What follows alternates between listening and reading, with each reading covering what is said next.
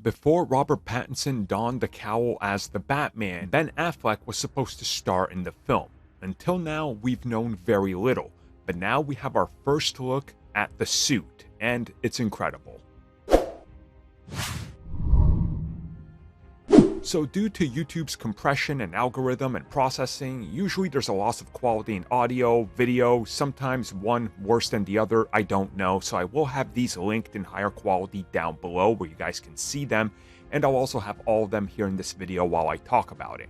Now obviously, at one point the Batman was supposed to be Ben Affleck's project. They spent about a year working on it. Naturally, they already had ideas of what to do with the suit, costume designs, and new takes on it.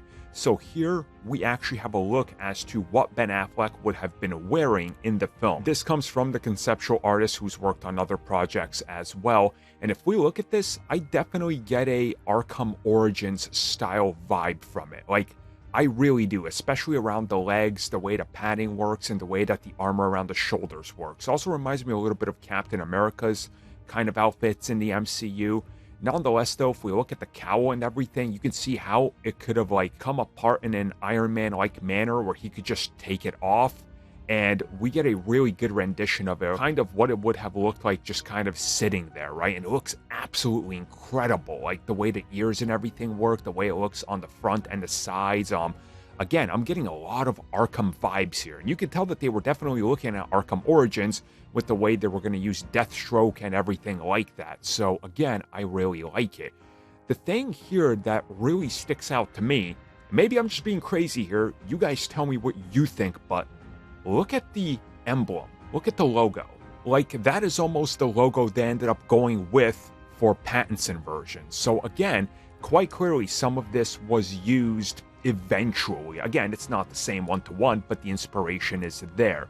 Now, obviously, this would have been a more Batman than what we got for, the Batman. And what I mean by that is, more in the comic book vein, because again, it was set in this world where aliens do exist and all these fantastical things that exist, where Robert Pattinson's, clearly that's not the case.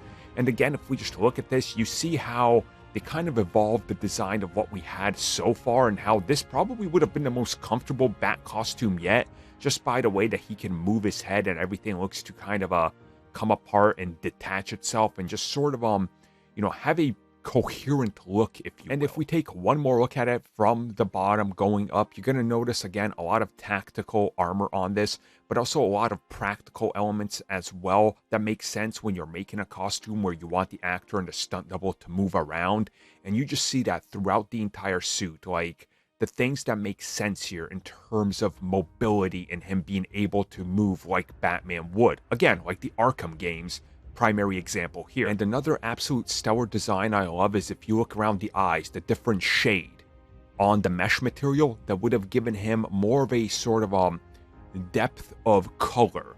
So it's not just dark colors on top of dark colors. There's grays, there's some blacks with mesh, there's some other, designs in there and flair to give it a little bit more depth. Overall, I absolutely love the look of this suit. Would have loved to see this in live action.